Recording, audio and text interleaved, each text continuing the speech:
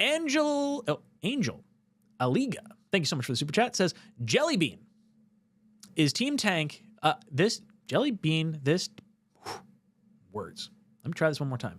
Jelly Bean. I'm bracing myself. This Team Tank is foolish.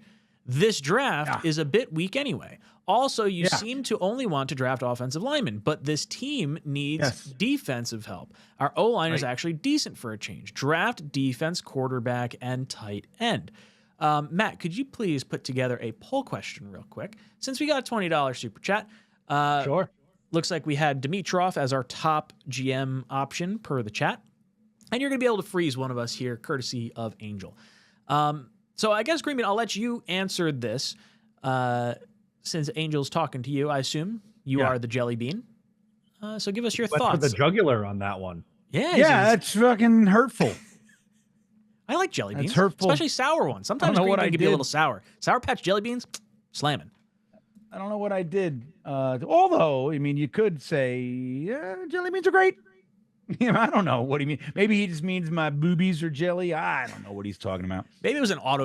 But I'm sorry for my look. Here's the thing. There are arguments for numerous points. If someone disagrees with, like, let's just say, I'll keep it to me. Someone disagrees with me, that doesn't mean they are foolish. We don't have to draw such hard lines. You say something like this, Angel. I disagree with that point, and here's why.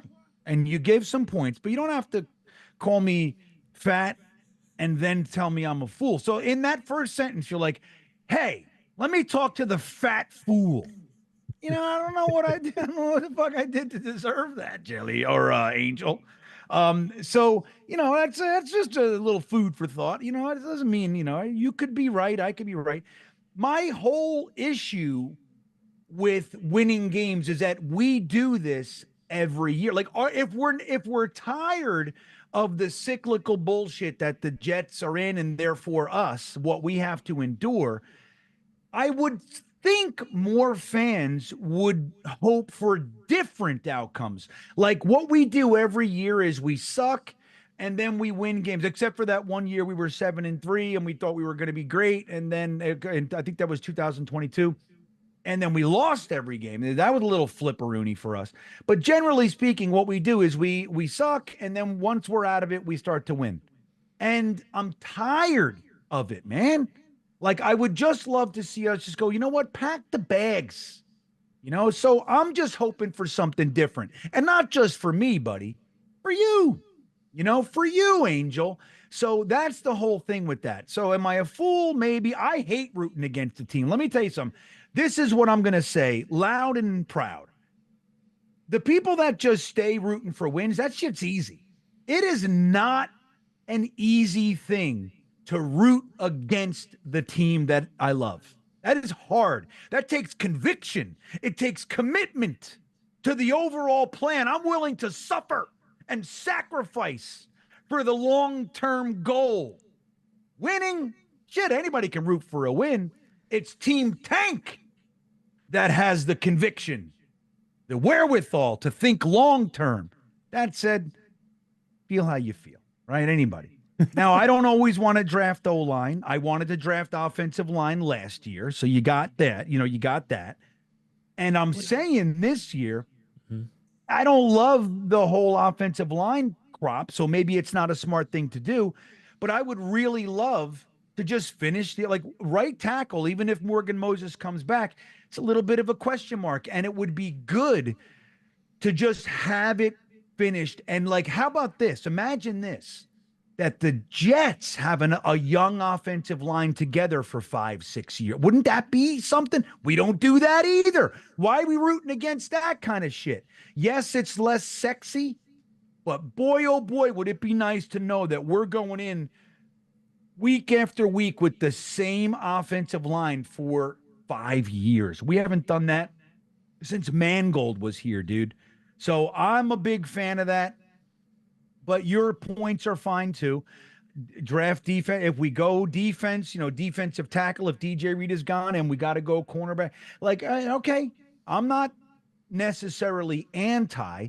I just have my preferences. And I haven't even started digging in yet, man. Just very little cursory stuff. So we'll see where I land when we start to get out of the season. I start to really kind of look deeper and watch a lot of stuff. And so we'll see where I land. But right now, I'm just a fan of, I mean, optimally, I'd love to have our offensive line completed rather than, okay, we're changing the right tackle every year, something like that. I'm done with that shit. I'd love to see it done. So that's all. So I agree with GreenBean to an extent, but I like what Angel's saying right here. I think right tackle is going to be a big need. I don't want to spend a first-round pick on one because so many teams across the league they find talent in other rounds. Not to mention, if you get Vrabel, maybe you get a shot at Jedrick Wills. Remember, Jedrick Wills, while he's been a left tackle his entire career in the NFL, he was exclusively a right tackle at Alabama when he was drafted. So it's not totally out of the realm of possibility. If you want to take a one-year prove-it deal, him versus Moses, see if he could reclaim any kind of starting caliberness there, and then maybe he could be the heir apparent to Morgan Moses. Who knows? I would like that little bit of a swing, and then that opens up your pick, like Angel said, for defense, quarterback, or tight end. To me, tight end is the spot that I would really like to get like a good tight end. I don't know if it necessarily has to be a first round. I think if we did do that, I'd like to trade down a little bit or stick and pick a tight end in the second round. I do like the idea of going defense. Quarterback, I really have no idea on if I want them to do that. I feel like I could very much see them like punt on it for a year and go all in on the 2026 crop. But I don't know. I go either way on it. Matt, your thoughts on this particular super chat? I like it. I think we should continue to name call each other instead of having rational discussions about our football team. No, in all seriousness, I think the Jets should probably go defense in the first round. With that being said, like I can't be mad at the idea of finishing out your offensive line. Like I just don't have it in me to go like, damn it, they spent a first round pick on an offensive lineman and now they're going to have two bookend tackles, an awesome guard at 27 years old they found in free agency, and two other interior guys who they landed in the draft and have been good and are 25 years younger or 25 years or younger. Like I just can't get myself to that spot. I think they should draft an offensive lineman at some point. I don't think I would do it in round one, but if your plan was, I'm just using this as an example, you draft defensive line in the first round, maybe a tight end in the second round, and then going around in the third round and you want to take a tackle not named Max Mitchell or Carter Warren to sit a year behind Morgan Moses and then eventually take over at right tackle. Like, I think that's also a good way to go about building it. So I wouldn't hate the pick, but I can't say that it's my preference at this moment. What's up, guys? Matt O'Leary from Talkin' Jets. If you liked that video, please make sure to subscribe and follow for more New York Jets content.